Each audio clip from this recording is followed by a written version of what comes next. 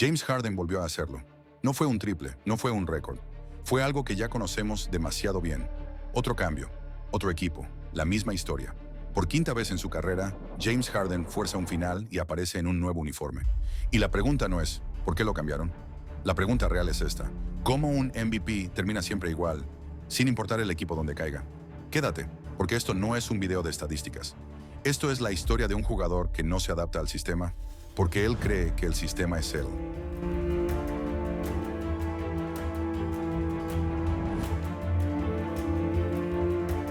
Esto con calma. James Harden no ha salido mal de un equipo. Ha salido mal de todos. Houston, Brooklyn, Filadelfia, Clippers. 4 proyectos distintos. 4 finales iguales. Y cuando un patrón se repite tantas veces, ya no es mala suerte. Ya no es el coach. Ya no es el roster. El factor común es uno solo. Y lo más loco es que Harden nunca lo escondió. Nunca. Para entender a James Harden, hay que entender las libertades que siempre tuvo. En Houston, Harden no era solo la estrella. Era el centro del poder. El equipo le permitía decidir cuándo jugar, decidir cómo jugar y decidir cómo vivir mientras rindiera. Viajes privados en días libres. Vida nocturna sin sanción, 0 consecuencias. Porque Harden producía. Ese era el trato. Pero cuando el proyecto dejó de avanzar, esas mismas libertades se convirtieron en señales. Primero, llegó tarde al campamento. Después, apariciones públicas de fiesta mientras el equipo esperaba compromiso. Y finalmente, la frase pública que selló todo: este equipo no es lo suficientemente bueno. Eso no fue frustración, eso fue aviso. Resultado, Harden forzó el cambio sin decir explícitamente, quiero irme. Brooklyn fue diferente, pero el método fue el mismo. Ahí Harden no tenía el control total, y cuando perdió poder, cambió la energía. Menos agresivo, menos explosivo. Lenguaje corporal apagado. Su último juego con los Nets antes del trade. 4 puntos. No fue una mala noche, fue un mensaje. Harden no pelea públicamente. Harden retira el esfuerzo hasta que el cambio llega. Y ahí es donde el patrón se vuelve claro. Cuando Harden siente que ya no manda como antes, no discute, no negocia, no espera, desconecta. A donde se fue con su compa que le permitía hacer de todo. Aquí el patrón cambia de nivel, porque con Houston y Brooklyn, James Harden nunca atacó a una persona. Atacó proyectos, pero en Filadelfia, esto se volvió personal. En 2022, Harden hace algo que casi nadie recuerda bien. Renuncia a casi $50 millones. No porque estuviera acabado, no por caridad. Lo hizo para ayudar a competir a los Philadelphia 76ers. Ese sacrificio tenía un entendimiento claro. Yo te ayudo ahora, tú me cuidas después. Y la persona que manejaba esa promesa era Daryl Morey. No era cualquier ejecutivo, era su gente, el mismo que confió en él en Houston. Pero cuando llegó el momento, el contrato nunca apareció. No hubo extensión larga, no hubo compromiso, solo silencio. Y ahí Harden hizo algo que nunca había hecho. Desde China, sin rodeos, dijo: Daryl Morey es un mentiroso y nunca formaré parte de una organización de la que él forma parte. Eso no fue calentura. Eso fue quemar el puente a propósito. Porque cuando Harden siente que le quitan el control y le rompen la palabra, ya no se desconecta en la cancha. Ataca directo. Después de Filadelfia, James Harden llegó a los LA Clippers con una narrativa.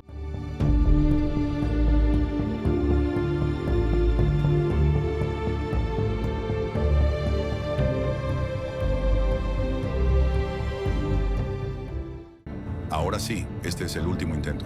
Y en cancha, ojo, Harden respondió. Produjo, controló el ritmo, se volvió el cerebro del equipo. Pero otra vez, el problema no fue el baloncesto, fue el contrato. Harden quería seguridad, años, dinero garantizado. Los Clippers no. Y cuando Harden entiende que el equipo no va a comprometerse con él a largo plazo, el ambiente cambia, menos ruido, más distancia. Y el final se empieza a escribir solo. Hoy, 4 de febrero, el patrón se completa otra vez.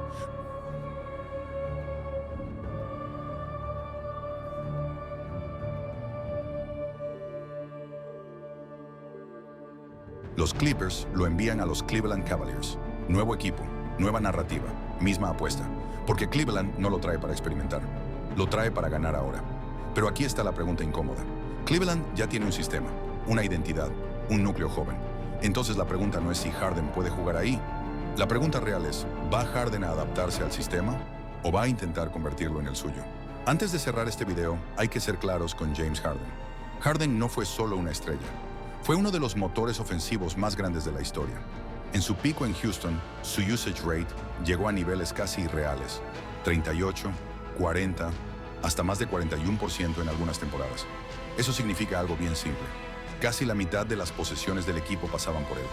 Tiro, asistencia, falta provocada, decisión final. Ese no es un rol normal. Eso es control absoluto del ataque. Y en temporada regular, eso era devastador.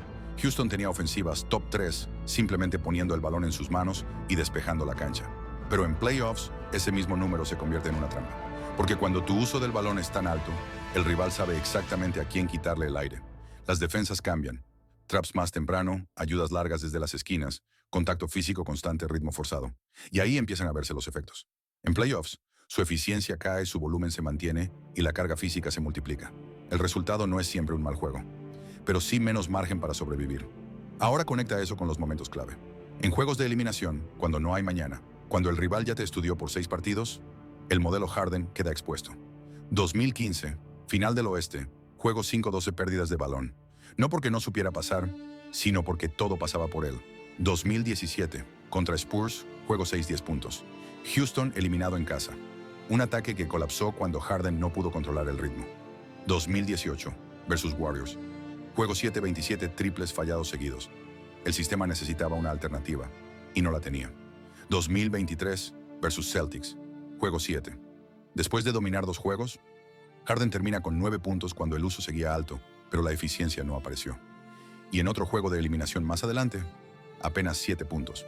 Esto no es decir que Harden no sirve en playoffs. Es algo más específico. El juego de Harden está diseñado para maximizar control, no para redistribuirlo. Mientras más alto el usage, más dependiente es el sistema de que Harden esté perfecto. Y en playoffs nadie está perfecto. Por eso Cleveland es diferente. Aquí Harden no llega a cargar el 40% del ataque. Llega a un equipo con creadores secundarios, defensa estable y una identidad previa. Por primera vez en mucho tiempo, Harden puede bajar usage y subir impacto. Menos posesiones, más precisión, más energía para el cierre. Y esa es la gran pregunta final. ¿Puede James Harden ganar cuando ya no controla todo? Porque si acepta eso, este puede ser el tramo más inteligente de su carrera. Pero si vuelve a necesitar que el sistema gire completamente alrededor de él, entonces no importa el equipo. La historia se va a repetir. Porque al final, James Harden no se define solo por cuánto usó el balón, sino por qué pasó cuando ese control dejó de ser suficiente. Si te quedaste hasta aquí, ya sabes que esto no es hate. Esto es baloncesto real, con contexto y memoria. Si quieres más análisis así, sin fanatismo y sin miedo a decir las cosas como son, suscríbete. Y como siempre, toda la gloria sea para Jesús, porque el talento se admira, pero la verdad se honra. Nos vemos en el próximo video.